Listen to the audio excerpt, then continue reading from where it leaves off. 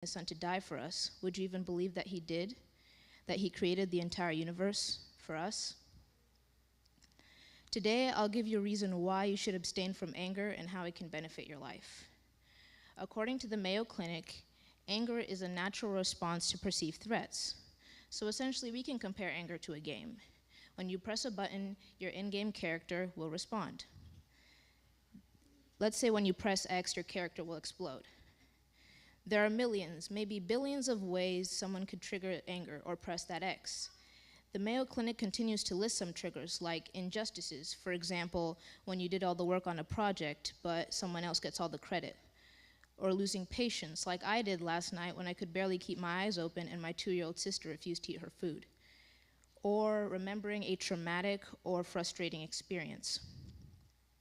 If any of these things happen, it's like pressing X in that game, except there's a much bigger explosion.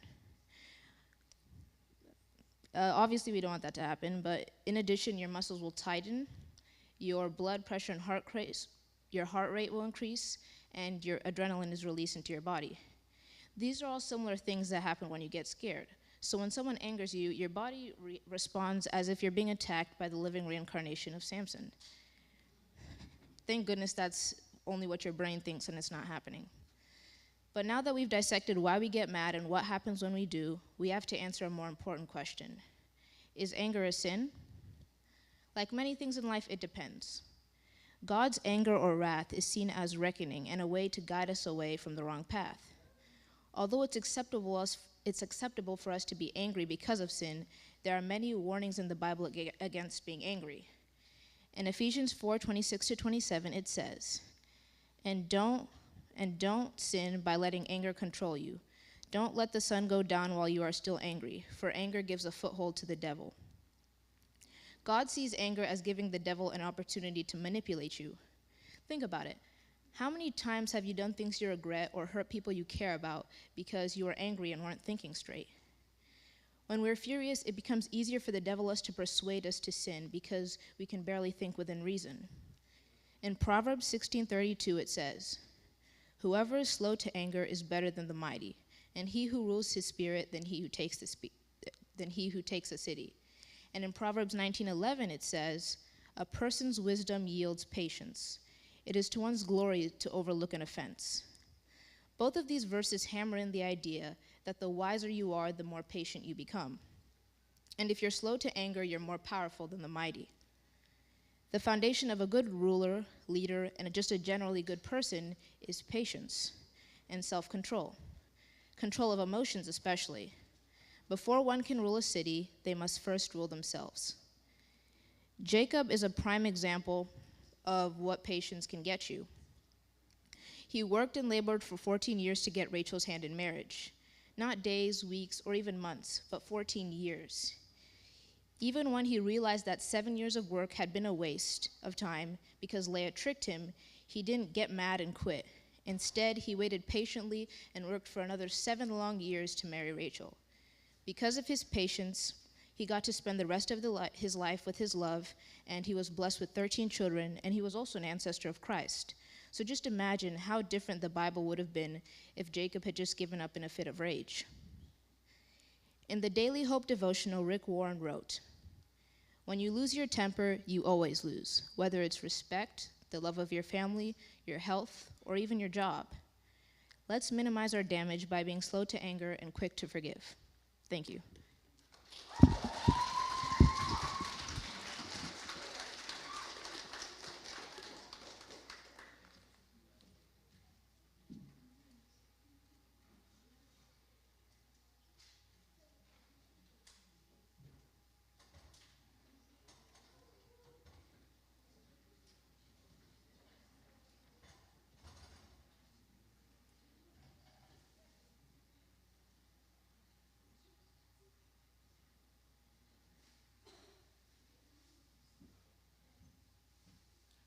All right, as you can see, our next speaker is Ms. Lulu Mesh.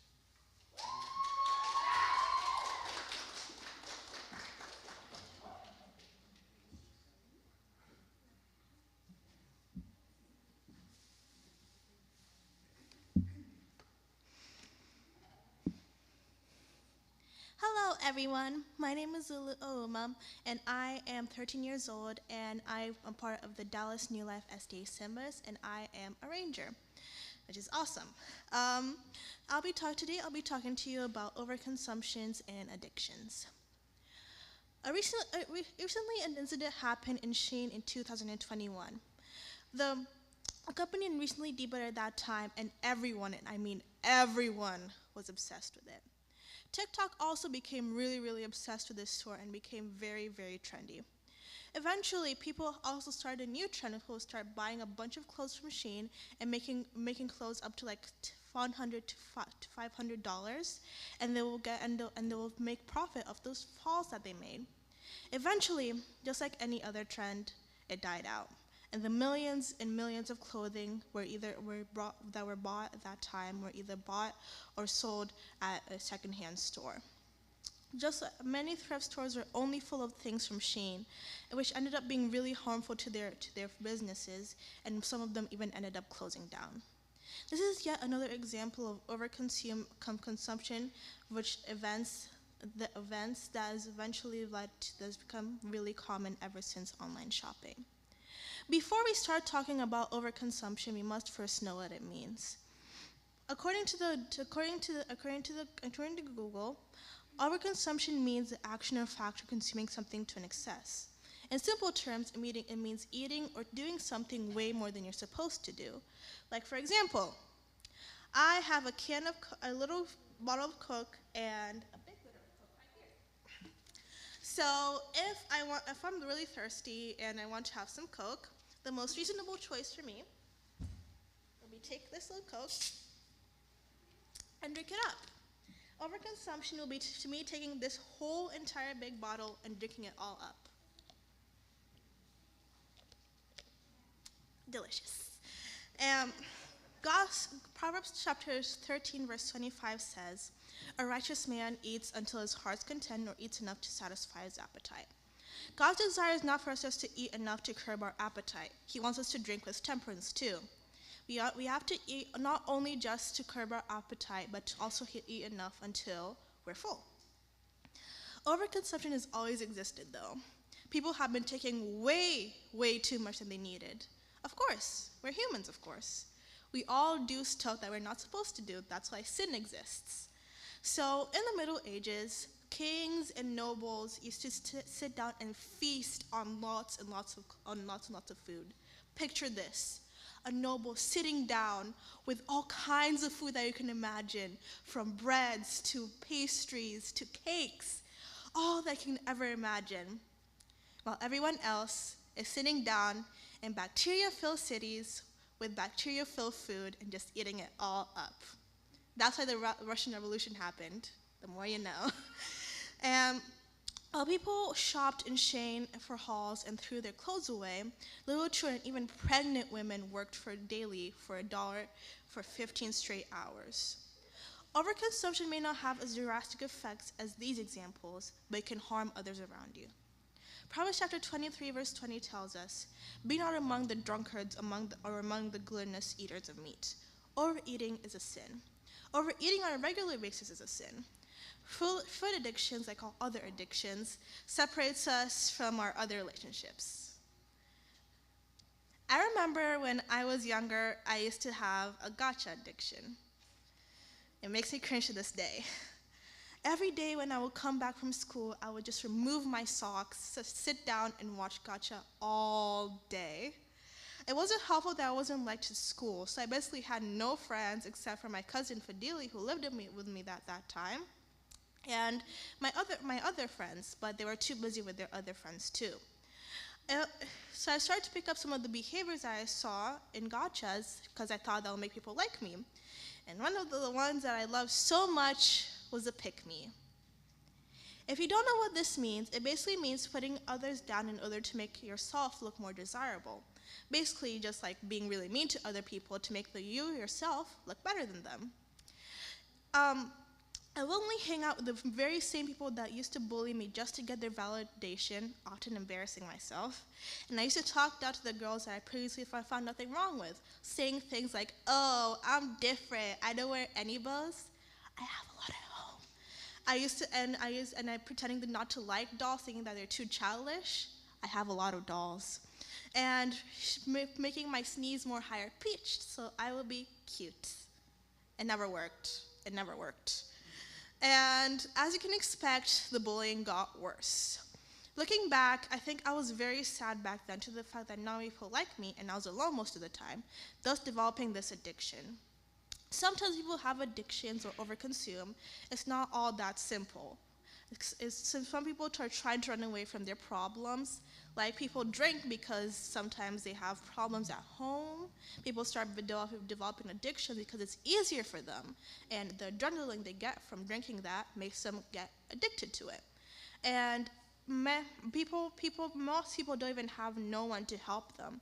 Overconsumption isn't all that black and white, but God is here to help us.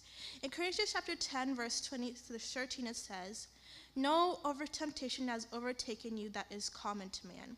God is faithful, and he will not let you be tempted beyond your ability. But with the temptation, you also provide a way of escape that you may be able to endure." So what can we do to stop addictions? Well, it is not as easy to stop someone from addiction just like that. Boom, no addiction.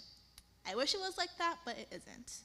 First and foremost, if someone or anyone you know or you suspect have an addiction, contact your local doctor or physician so that you may have help. Make sure you regulate everything that you do, from doing chores or doing work, because if you do way more things than you're supposed to, you'll end up developing an addiction, like work addictions or school addictions, where you just sit in school all day and just study all day, which is not healthy. Make sure you have a timetable and have time management. Seems easy, right? It's not that easy as you think. It takes time and effort, and even I'm putting a lot of effort in making sure that I am very time management. Make sure you follow all your planner, check with it every day, and as like my mom tells me, every morning, just write down your whole entire day on what you want to do and regulate it very well. And I hope one day we will be able to go to a world with no overconsumption and no addictions. Please help me make this plan happen today. Thank you for listening to me.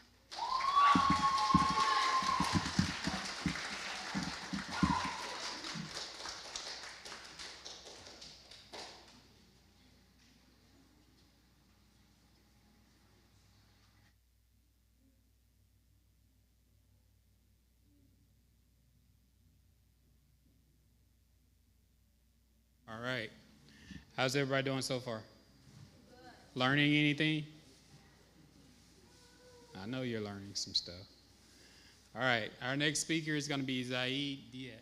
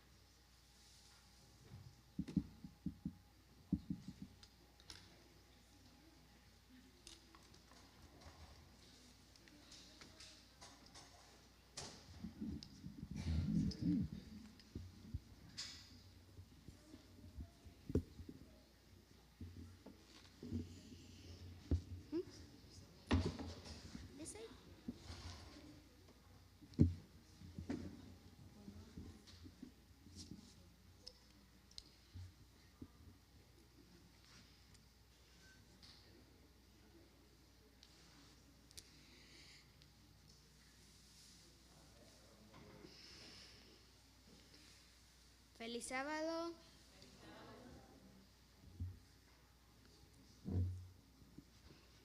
Mi nombre es Said, soy de la iglesia Louisville Spanish y pertenezco al club de conquistadores Leones Louisville Spanish. Soy de la clase de amigo Thank you. Y mi tema lleva por título ¿Quién gobierna tu mente? La lectura bíblica se encuentra...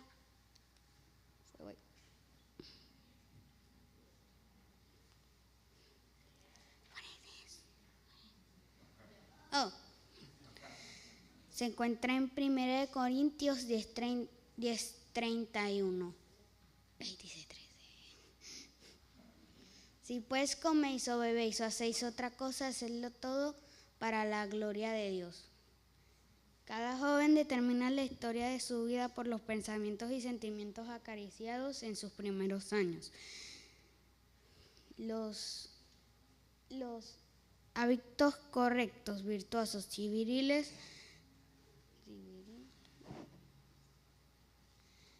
formados en la juventud se convertirán en parte del carácter y por regla general señalarán el curso del individuo para toda su vida.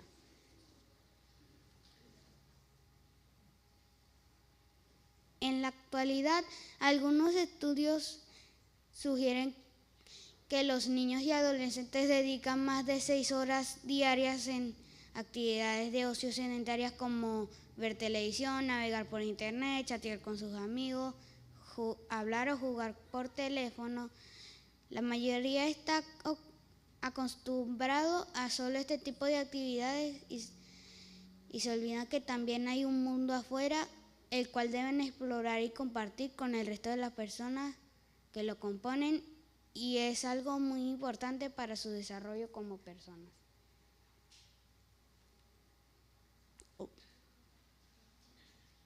En la página byronxee.com se publicó un artículo acerca de los datos registrados con la situación digital en los Estados Unidos en el 2020 al 2021. Analizaron el comportamiento y crecimiento digital en Estados Unidos, teniendo en cuenta el impacto de la pandemia por el COVID-19, el incremento de uso de las plataformas digitales.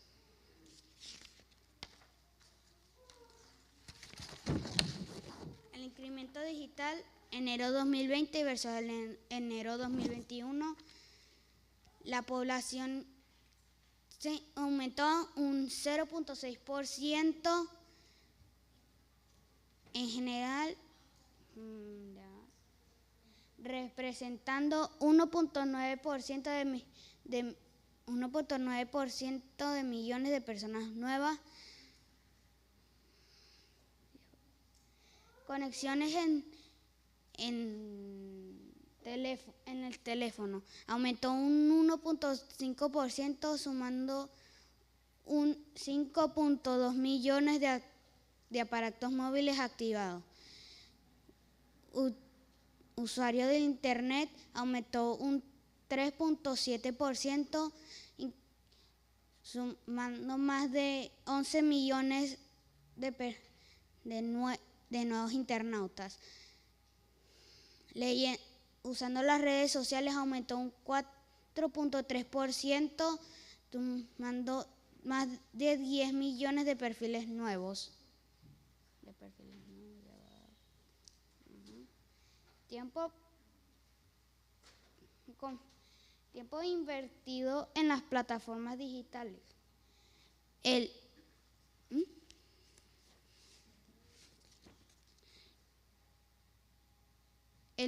inicio de la pandemia de coronavirus provocó que el consumo de medios digitales fuera aún mayor, desde grabar videos por TikTok en las redes sociales, ver televisión,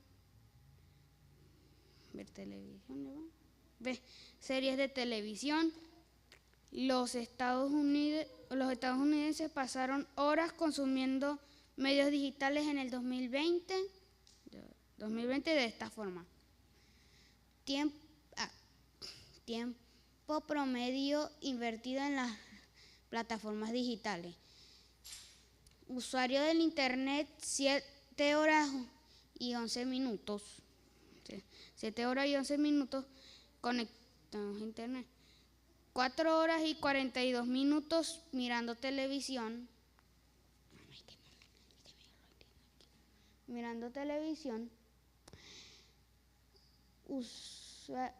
Usando las redes sociales 2 horas y 7 minutos. Leyendo noticias 1 hora y 28 minutos, escuchando música desde servicios stream, ¿así? Stream. Escuchando 1 hora y 35 minutos, escuchando la radio 1 hora y 9 minutos. 1 hora y 9 minutos. Escuchando podcasts 49 minutos. Jugando videojuegos diariamente 1 hora y 15 minutos. 1 hora y 15 minutos. Limitarse a solo el uso de las nuevas tecnologías es nocivo para la salud.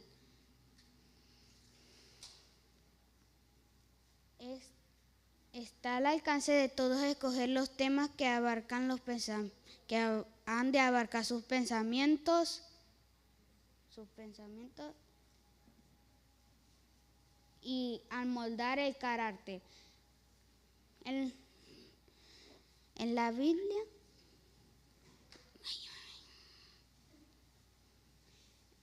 en la contemplación reverente de las verdades presentadas en su palabra, la mente del estudiante entra en comunión con la mente infinita. Un estudio tal no solo ennoblece y purifica el carácter, sino que la mente se expande. ¿En qué debemos ocupar nuestras mentes? En las cosas de Dios, como leer su palabra, escuchar música que alabe a Dios, participar en las actividades de la iglesia como el PBI, el Club de Conquistadores, usar nuestros dones para la obra de Dios. Otras actividades que podemos hacer es practicar algún deporte, hacer algún oficio, participar en juegos didácticos como el uso de los Legos, como ven aquí, que ayuden a fomentar la imaginación. Dos de las actividades que más practico es el armar y desarmar con los Legos y aprender del uso correcto de las artes marciales para la defensa propia. Aquí ven los cintos que ganan y aquí están los que arman. Veamos lo que dice 1 Corintios 10:23.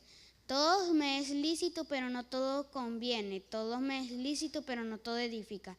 Este versículo nos ayuda a entender la libertad que Dios nos da.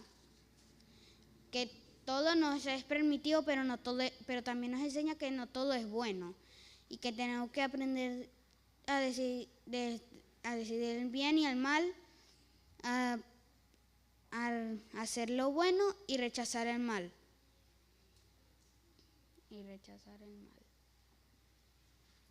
Como instrumento educador, la Biblia no tiene rival.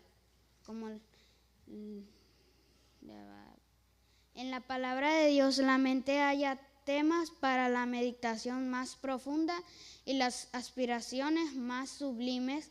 La Biblia es la historia más instructiva que poseen los hombres. Proviene directamente de la fuente de verdad eterna. Y una mano divina ha conservado su inteligencia y pureza a través de los siglos.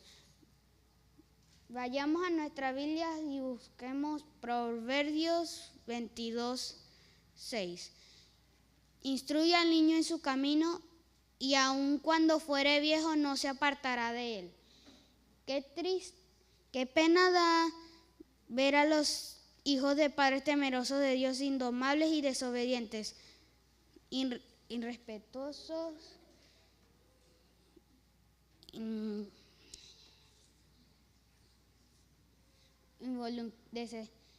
desagradecidos y voluntariosos, decididos a salirse siempre con la suya, indomables a la pena a las penas y a la vergüenza que causan a sus padres. En mi casa, mis padres tomaron la decisión de no tener televisión cuando yo tenía la edad de 4 años,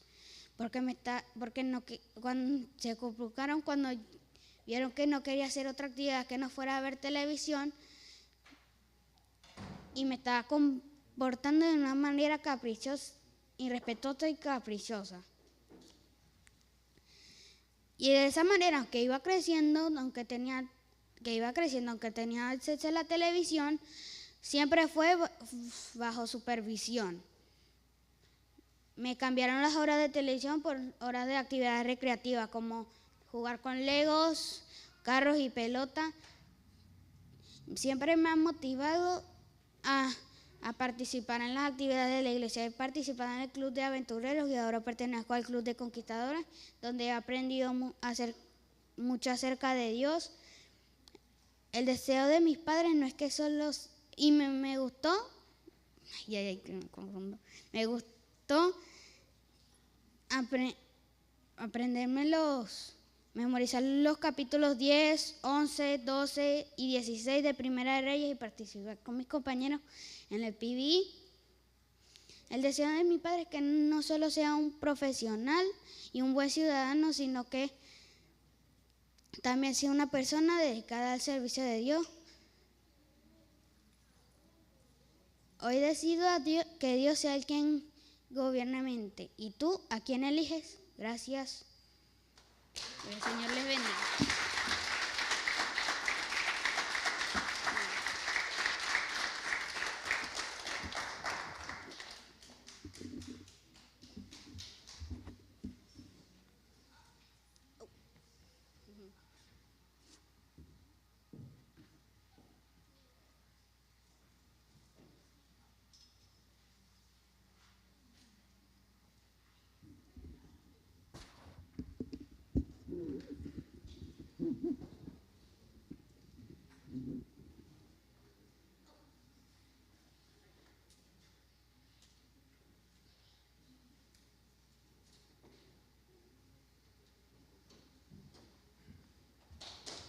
All right.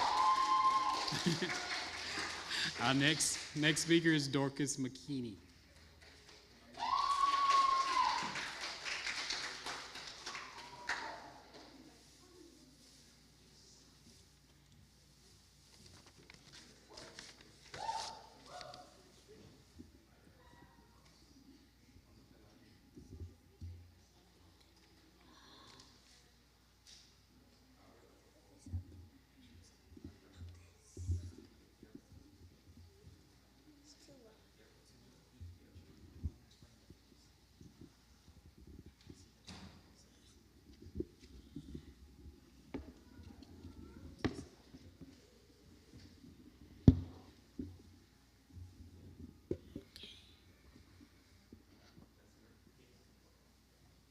Hi, my name is Dorcas. I am 11 years old, and I come from Dallas, New Life. Our club is Simbas, and I'm in Pathfinders. My topic for today is social media. What is social media? Social media is a platform where they're sharing ideas, thought, life, and also expressing experiences and emotions. How many of us like to read news, new posts, do other things on social media? Well, have you ever asked yourself, is social media good for you?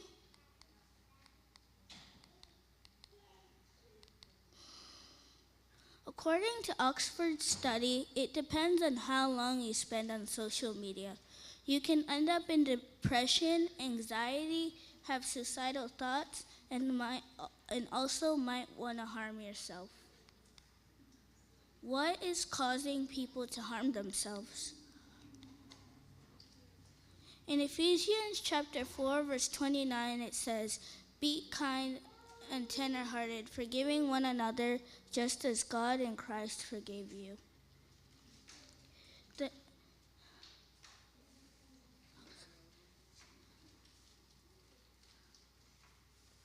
That was the wrong verse. In Ephesians chapter 4, verse 29, it says, "Let no corrupting talk come out of your mouths, but only such as is good for building up as fits the occasion, that it may give grace to those who hear." The impact of social media can cause lives to be damaged. An example is when a friend posts a tweet saying about you in a bad way. That can spread negative emotions, which can hurt their feelings and cause these issues. As Jesus says in Ephesians chapter 4, verse 29, "Be kind and tender-hearted, forgiving one another just as God in Christ forgave you." What does this say to us? We need to make sure that we do not do anything to others if it may hurt them and cause insecurity. But are there good things about social media?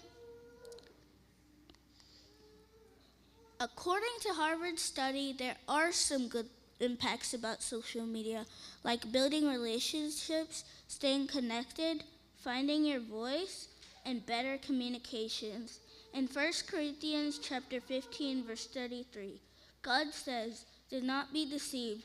Bad company ruins good morals," which means if you are a good person and you end up with a bad thing, you want to turn back to Him and ask Him to forgive you. How to help people struggling through social media.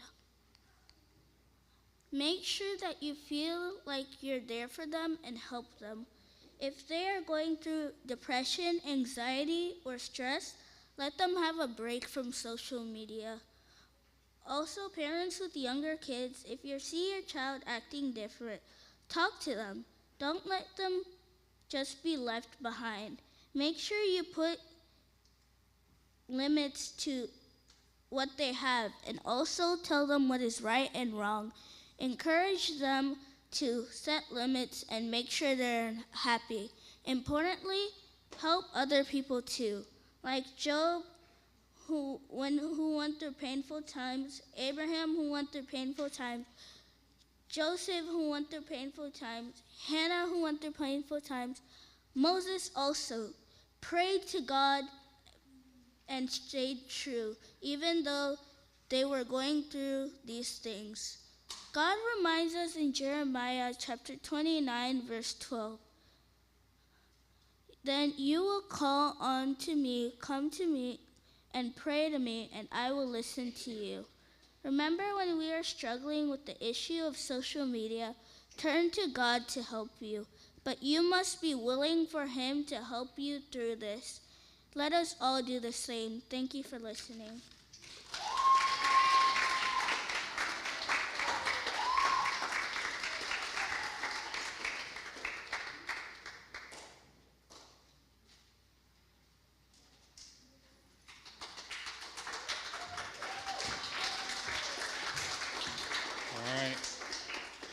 Our next speaker is Ms. Hesti Correspondi.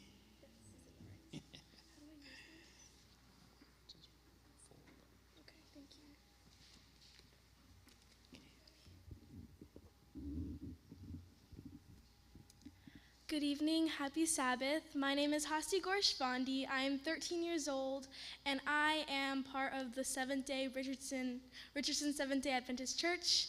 I'm in the Pathfinder Club, Richardson Thunder, and I am an explorer. $75 million. What would you do with $75 million? Perhaps you would buy a new house. Maybe you'd purchase a brand new luxurious car. Barbara Hutton was heiress. Barbara Hutton. I have to go at a certain angle or?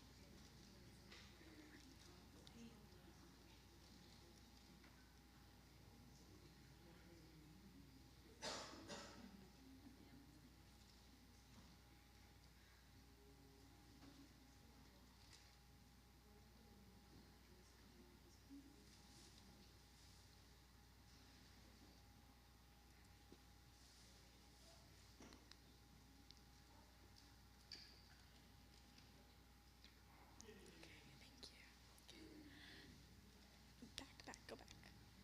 Okay. $75 million. What would you do with $75 million? Perhaps you'd buy a new house. Maybe you'd purchase a brand new luxurious car. Barbara Hutton was heiress to the notorious Woolworth fortune. Her fortune was over $75 million. Sadly, she will always be remembered as the poor little rich girl. Barbara Hutton threw tons of extravagant parties and spent thousands of dollars on unnecessary items, such as houses, dresses, shoes, anything that could please her heart. She overspent without caring. Mrs. Hutton was so enveloped in her decadent lifestyle that soon she was in an unthinkable debt. By the time of her death, she was living in a hotel suite and only had a pitiful $3,500 to her name. 1 Timothy 6:7-9 says, "When we come into the world, we brought nothing. Moreover, when we die, we can take nothing out. So if we have food and clothes, we will be satisfied."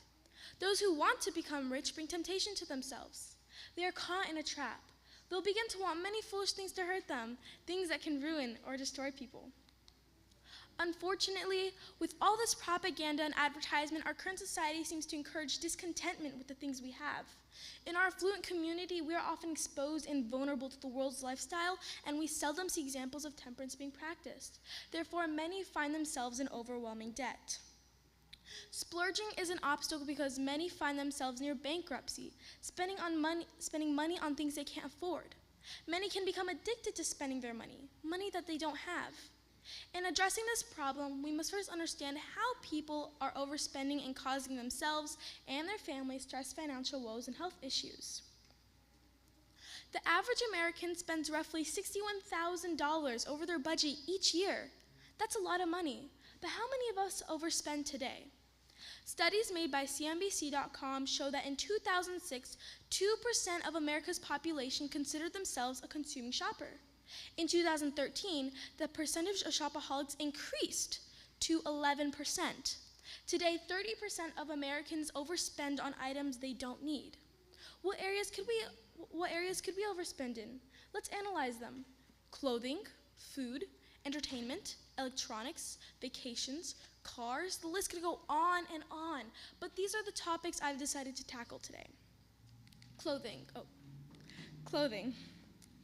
We all like to look good, no doubt about it, but how many of us have bought clothes that we don't need? In the article, The Real Cost of Shopping Habits, Emma Johnson wrote, in the 1930s, the average American woman owned 9 articles of clothing. Today, the average American woman owns 30 outfits, one for each day of the month. Let's discuss food. Instead of buying groceries and making delicious home-cooked meals, Americans now prefer spending their money by eating out or getting DoorDash or Uber Eats. Did you know that 60% of American consumers today order takeout or delivery at least once a week? What about electronics? Have you noticed how often people replace a perfectly good smartphone with the newest model? And it's not just smartphones. How many of us overspend on devices around the house that we don't need, such as TVs, video game platforms, etc.? What about entertainment? As reported by the Leichman Research Group, 78% of American households have a subscription to Netflix, Amazon Prime, and Hulu. That's more than half the country. What about vacation? A new survey by Experian, a global information service company, recently shows that 68% of people overspend when on vacation. 45% use their credit cards even when they don't have enough money saved to cover it. Do you spend on your car? Millions of people are spending money on cars they can't afford. According to the United States data for 2020 through 2021, it is said that 2.2 million vehicles are repossessed every year.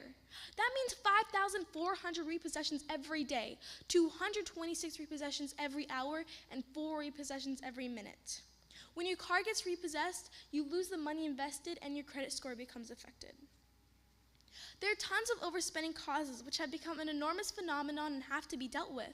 We often get attracted to advertisement, sales, or discounts, but we must put our budget into perspective. No one can afford everything, except for maybe Jeff Bezos. So we need to be smart about our spending and not be oblivious about it. We love to indulge in things that make us happy, but overspending can affect our society There are tons of overspending causes which have become an enormous phenomenon and have to be dealt with. We often get attracted to advertisement, sales, or discounts, but we must put our budget into perspective. You can achieve financial success if you are disciplined and you understand where your cutoff is. It's all about patience and self-control. The sooner you stop spending and start living on a budget, the faster you will grow financially. Here are some practical ways you can exercise temperance and reduce overspending. 1. Always keep a total for every week or month and stick to that budget. Plan purchases with a shopping list is always a great idea, and if it's hard, we can always ask God to help us. 2. Stay far away from clearance items and sales. Forbes magazine states the road to bankruptcy is paved with good deals. And 3. Always keep questions in your mind such as, why should I purchase this? Is this necessary? These questions will keep you on track. So in total, we should be happy with ourselves and be content with what others have. I believe contentment is the base of a merry heart, leading to a happier life. It's always the little things that can completely change our view in life. So we must ask God to help us so we don't covet on what others have and we don't overspend on unnecessary items. Luke 12:15 says, and he said to them, take care and be on your guard against all possessions, for one's life does not consist of his abundance in possessions. Maybe it is God's will for you to be rich, but he entirely wants us to use it in the right way for his glory and his honor. Jeremiah 29:11 says, for I know the plans I have for you, declares the Lord, plans for welfare and not for promise, for welfare and not for evil, to give you a future and a hope. Ellen G. White wrote, we should ever remember we must meet the record of the way we use God's money in the judgment. Much is spent in self-pleasing, self-gratification that does us no real good, but positive injury.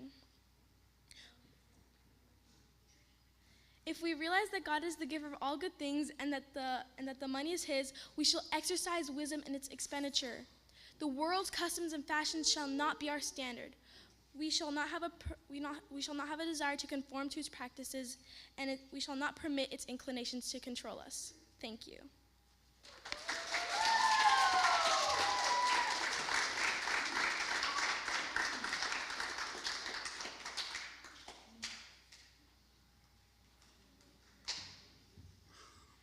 All right, one more speaker. Our last speaker is last none but not least, Miss Chelsea Toot.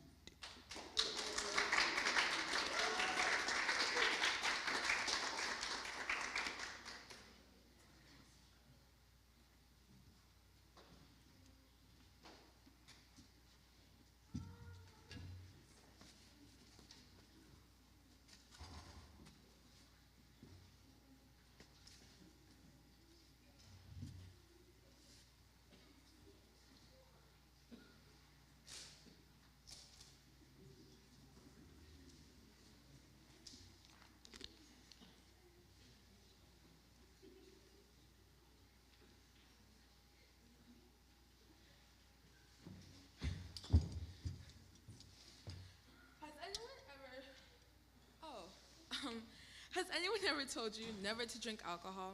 Have they explained the terrible effects that it can have on your mind and your body?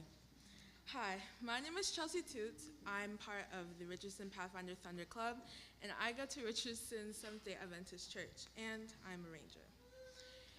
I'm also about to explain exactly why it is I strongly agree with that person's opinion. Alcoholism is when you are either dependent on or constantly crave alcohol. Alcoholism is something that affects the worldwide population. About 4% of the adult population is affected by alcoholism. That is over 300 million people all around the world. In the United States alone, 39 million people are affected by alcoholism dependency. Alcoholism has both social and economic effects. Researcher Wang and his colleagues found that every year in the US, $100 billion go towards alcoholism payments. But let's put that in perspective. Alcoholism, $100 billion can buy 800,000 Teslas.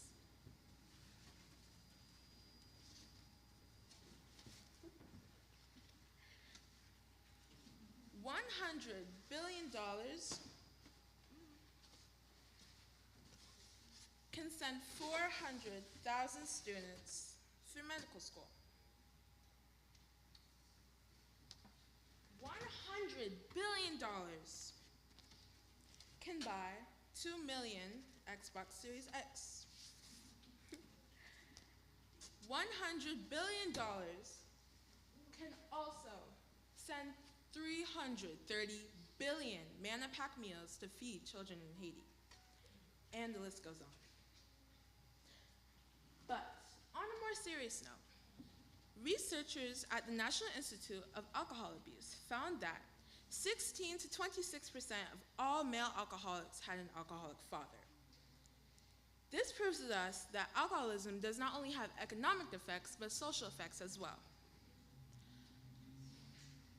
Alcoholism can destroy bonds between families and its generations. While doing that, it also destroys one of God's greatest creations, which is the family. We should follow what the Bible says in Galatians 5:21 and 1 Corinthians 6:10, and not drink wine, because drunkenness and drunkards shall not be inherited into the kingdom of God. Another thing that alcoholism does is deplete muscle strength. Researcher Bernat and Arbanzo Marquez found that both male and female alcoholics have much lowered muscle strength than non-alcoholics. So, if you enjoy doing activities such as mountain climbing, marathons, canoeing, anything similar, then it might be way more challenging for you to complete these activities, let alone enjoy them. And here's something else. In Romans 14:21, it says, "It is neither good to drink wine nor anything whereby thy brother is made weak." Speaking of being made weak, alcoholism also can lead to liver disease. Why may this affect me, you may ask? Well, the liver is one of the most important organs in the body. It completes over 300 bodily functions, such as regulating the amount of sugar in your blood and keeping poisons and toxins out of your body. So, if alcohol attacks the liver and you decide to consume alcohol, but you need a liver to survive, well, what you're really doing is destroying your life. Consuming alcohol can also deplete your gray matter in your brain. That is the part of the brain that deals with movement, memory, and emotions. It lowers the function, again, of both men and women alcoholics compared to non-alcoholics. I believe this is why when people are drunk, they may stumble, that's their movement. They may forget what they did while they were drunk, that's their memory, and they may get physically or verbally aggressive, that is their emotions. Alcoholism has negative social consequences as well. Especially in adult alcoholics, these effects can deal with marriage, employment, and arguments within the family. Most alcoholics have a hard time keeping a job, which goes towards family's income. And having a low income can then cause arguments between parents, leading into arguments between parents and their children. This is why researchers Rotunda, Shear, and Im found that most families with at least one alcoholic tend to be more dysfunctional. Instead, we should follow what Ephesians 5:18 says, and do not be drunk with wine, wherein is excess, but rather be filled with the Spirit. So, now I've explained different negative effects that alcoholism can have on your mind, body, and your social output into the world. So, let me tell you some solutions I believe can be very helpful. Most people start drinking because they are stressed or have things to deal with in their personal life, or because of peer pressure. So, I believe one of the very, very best ways to negate alcoholism is to not drink in the first place. But there are also other ways to fix this problem. One way is creating programs for young people, like myself, similar to Pathfinders, that can incorporate ways to deal with stress, create coping skills, and surround yourself with people who also have similar ideas to you, who want you and themselves to be their very best selves. So, remember, alcoholism has negative social and economic effects on families and its generations. It also can destroy our relationship with God. It can make our bodies weaker, deplete muscle strength, and lead to liver disease. I believe that instead of drinking alcohol, we should find positive ways to take care of our body, such as depleting stress and attending programs similar to Pathfinders that can help us learn how to deal with stress in good ways and surround ourselves with people who would also like the best for us. Doing this can result in having a healthier body and mind. And while we are keeping our body safe, it will result that we are taking care of what is the temple of God. Thank you.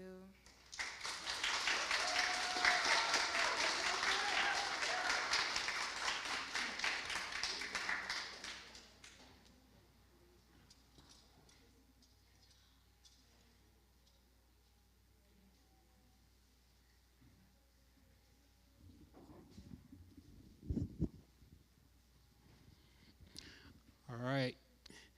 That concludes our presenters. So presenters, our judges are going to stick around after the contest is over. And if you would like, you can speak with them on how you can improve and do better. Even if you get first place, I promise you can improve. I'll put it back over there. All right, so judges, I'm going to give you guys some time to come to your decision. And while the judges are away, we will play. How about that? All right, so I see a lot of Pathfinders here, or people who consider themselves Pathfinders, I think, anyway. So let me get my little prize bag here and see what I got. And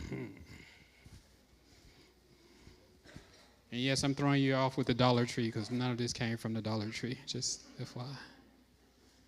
I wish I could have got this from the Dollar Tree. My pockets would be a lot heavier if I could go to the Dollar Tree and get useful stuff. All right, so every time I get up here and do a game is based in the Bible or in Pathfinders some way, somehow. And today is no different. So if you are a good Pathfinder, this game will be easy to you. If you are a great Pathfinder, you're probably reading my mind and you'll probably win every prize that I want to give away. And if you're a bad Pathfinder, I'm sorry. Talk to a good Pathfinder, maybe they'll help you out. All right. Here we go. All right, so this game is a game of questions. What I want is, I'm going to ask Jeremy to come up. That way he can't win anything.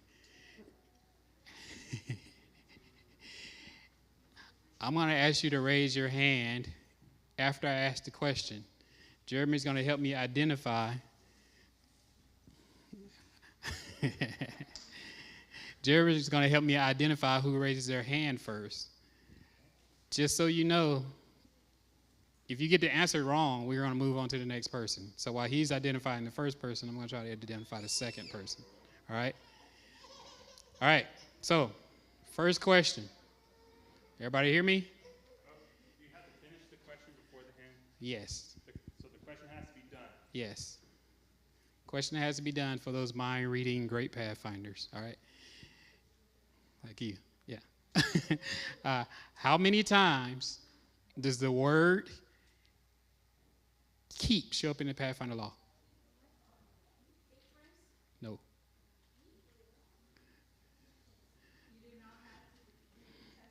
You put your... You got your hand. One time now. Who's next, Jeremy? Well, you're supposed to get the second. We didn't. I saw Chelsea, but there's a lot of hands. All right, Chelsea. No.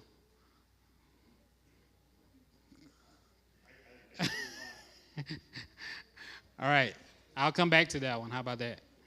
There are too many hands up right now. I don't want to be... You had a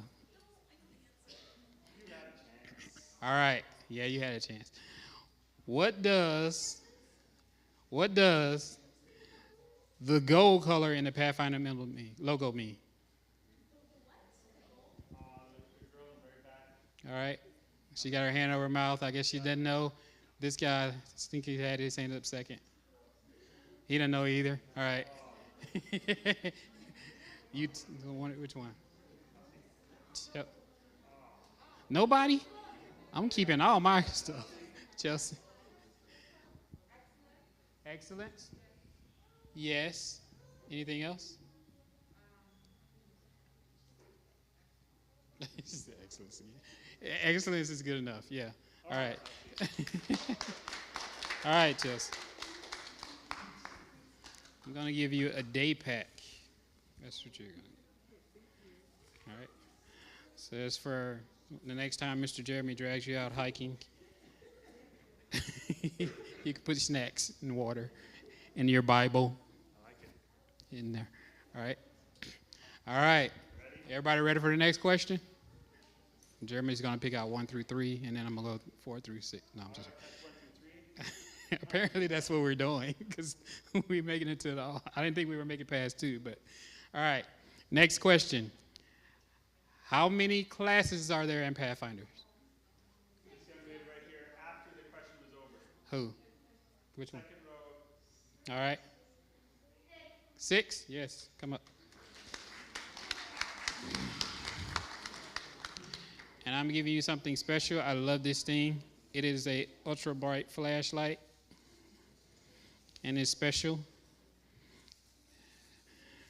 Why? Why is it special? Because we're gonna point this at Jeremy. It's bright that way. We're gonna point it at him this way too. But it also turns on that way. And dim it. And then you got emergency flashing. But it's also magnetic here. And it's got a belt clip there, so you can clip it on while you're walking. So your hands are free while you use it. Thank you. You're welcome. All right, in case you haven't noticed, I'm trying to give you guys stuff you can use during Pathfinders or camporees or something. But I also try to make it interesting stuff because I like cool stuff. I don't like boring, just a hand flashlight. All right, next question. Let's see. Should I get a hard one? Wait for the question to be over. All right. Does anyone know the name of the General Conference's game app? The General Conference's game app. They have a gaming app. Especially for you guys. No, Superbook.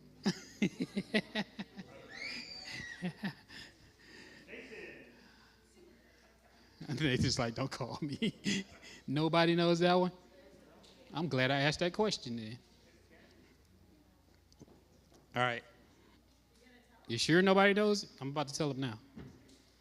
All right, I want everybody to Google this one real quick because I know you got phones with you. Huh? It is called Heroes the Bible trivia game. Yeah, you were whatever wrong. And too late. Heroes, the Bible trivia game. All right. Now let's get back to something that you guys should easily know. All right. All right. I'm ready. What is the fourth line of the Pathfinder law, and what does it mean?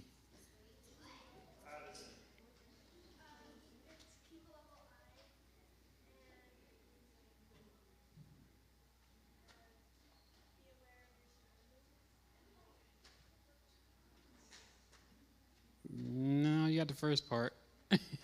Chelsea.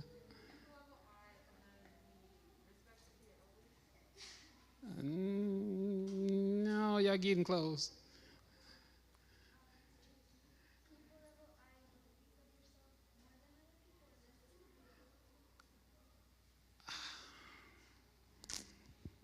No, that's not really it either. Huh? To be fair and just. Yes. Keep a level eye and be fair and just. Don't lie. Don't cheat. That is what keep a level eye means. All right? Come on. All right. And I have something that's probably too big for you. But you know what this is? Yes. It's an air mattress. It does not need a machine. It does not need a machine to blow it up. It is a small air mattress. I have one more thing. I really need your help on this one, all right? This is the big one. I need someone that can recite for me law, aim, motto, pledge. All four. Yeah, they're going to have to come up, but.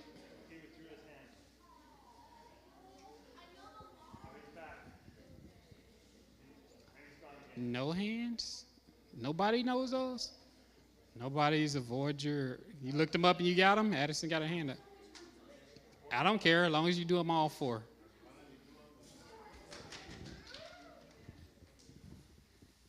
And then your director. The Pathfinder law is for me to keep the morning watch, do my honest part, care for my body, keep a level eye, be courteous and obedient, walk softly in the sanctuary, keep a song in my heart, go on God's errands. The Pathfinder pledge is, by the grace of God, I'll be pure, kind, and true. I will keep the Pathfinder law. I will be a servant of God and a friend to man. And then I don't know which one is the aim and which one is the motto, but the love of Christ compels us, and the Adventist message to the world in my generation. And I'm going to ask you, yeah.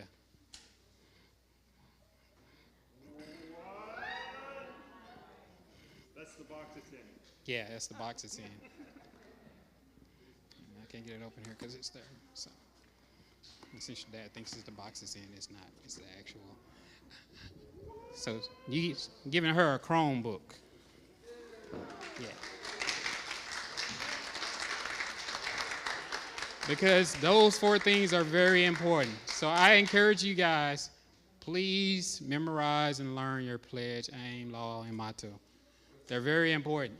If you know those, you are set for life, guys, because they'll continually point you back to Christ, and Christ is all we need to get through this. Thank you, sir.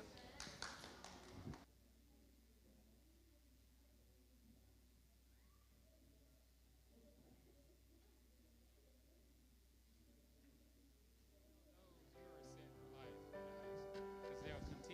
All right. So our judges took too long, and I'm out of time. I'm out of questions. But, okay, yeah, we have more announcements. So I guess I'll cover announcements while the judges are out. So like I said, this is the 4th year we've done this event for the area. And this coming year, this next Pathfinder year, you guys have basically a step ahead of everybody because the conference is going to start doing this event. So for those of you that have participated in at the area level, you already kind of know what it's about. Next year, it'll be a conference thing. You won't stop here. And next year, the people that get first, second, third place, we'll see how the conference do it. Maybe they'll allow more than that. They'll go on to conference. So if you thought about it this year and you're thinking maybe next year, hopefully there's more incentive for you to do it next year all over again. Investitures, it's around time for investitures for most clubs now. So directors that are here, visit our website. For you that don't know the website and the people online that don't know the website, NorthTexasPathfinders.org. You can go there, you can sign up for investiture, let us know what time, what day you want, and we'll come out and help with that. Honors, teaching honors, classes even. I'll go so far as teaching a class for a little bit. If you need help, we are your Pathfinder Council. That is what we're here for. We're always here to help any way we can. Reach out to us. You can go to that website. There's a contact form there, or you can email info@NorthTexasPathfinders.org. What? My wife's giving me instructions. I'm sorry. I'm trying to hear her, but she's not speaking. She's telling me to introduce myself. Does anybody know who I am? Mr. Jamal. Yeah, okay. Mr. Jamal Williams, all right? All right. So if you need me, call me. I'm around, right? And I'll be there as soon as I can. Let me go check on our judges, or my wife's going to go check on our judges. And after they get back, we'll have them announce the placements. And we'll give out some prizes then, too. How about that? Let me see what other questions I have that I skipped because I thought they were too hard.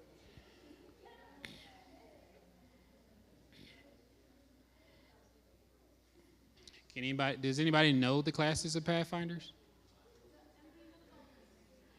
I saw your hand, Addison. What do you got?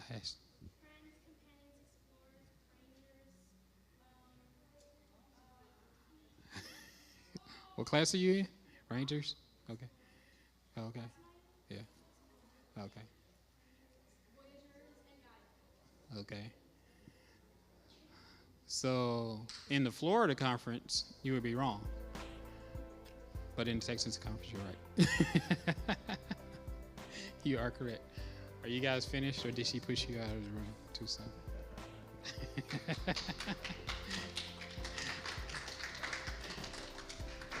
Are you guys ready? See, you good? They're ready for you guys.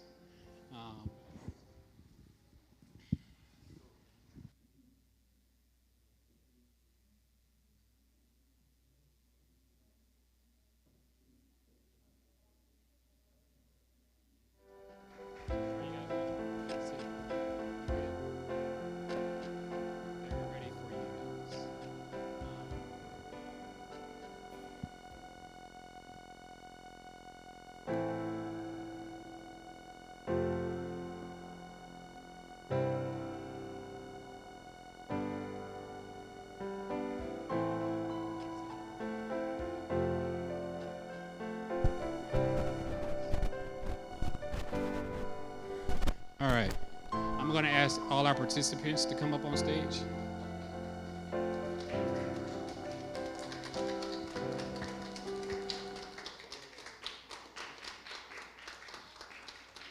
stage, yeah, come up on stage. I have certificates of participation for each one of these guys.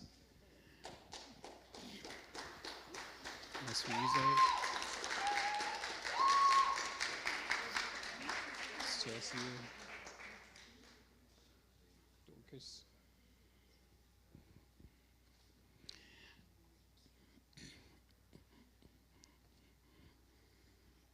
Maya, sorry. I also have T-shirts for you guys.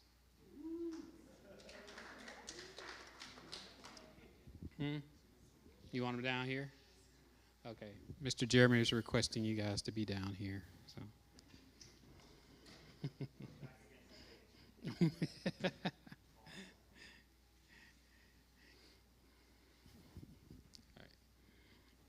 If your shirt doesn't fit, it's not my fault. They ask your sizes. That's what you gave me. All right. So these are our participants. Can everybody give them a hand?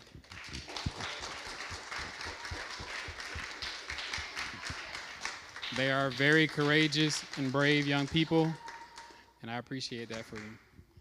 I'm going to let Mr. Carlos come up, and he's going to let you guys know which one of you are third, second, and first place. Thank you, Jamal. First of all, let me tell you that you did a great job, right? I can imagine the heavens, right, looking here, right, in Richardson, looking at all of you and saying, good, like with a big smile, right, what you said, right? Hope that what we learned today, right, change not just your life, but all of us, right, that we can live a better life and help us to be a more Christian. So I wish we could give first place to all of you, right? But we have to decide. We were asked to find the third, second, and first place. So we will go in that order. Third place is Dorcas McKinney. Congratulations! Yeah, yeah. Woo! Congratulations, Dorcas. Second place is Chelsea Tote.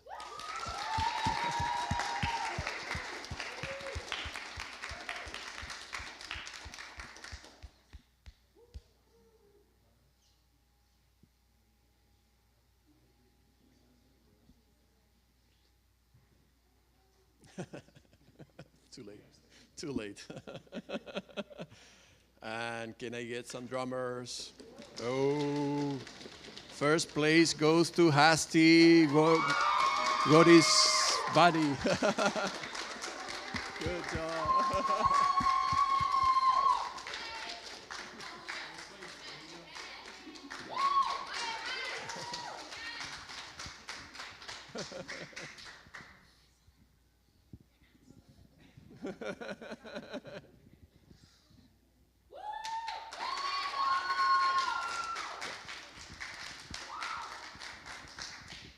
All right. So again, guys, thank you. We appreciate your participation. I encourage you to try again next year. Even if you got first place, try again next year. I mean, what's the harm, right? You will win another prize, right? All right. You can be seated. Make sure you talk to the judges. Ask them, how can I do better? How can I improve? What can I do differently? Ask them all the questions that you got so that next year you come back even better, all right?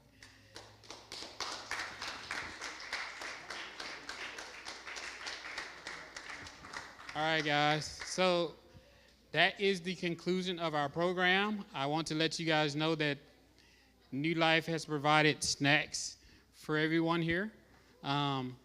We're at the close, and out that door to my right, your left. There's a snack area, fellowship area, and they have snacks out there. If you will, stand with me and pray. Father in heaven, we thank you. We thank you for these young people. We thank you for their courage and their willingness to share the things you have taught them with us and with others. We ask that you continue to use them as leaders and as examples to everyone they come in contact with. Help them to be examples to us here today, to not be afraid to stand before others and share what it is you have taught us. Remain in our hearts. Continue to pull us closer to you. In Jesus' name I pray. Amen. All right. Thank you, guys.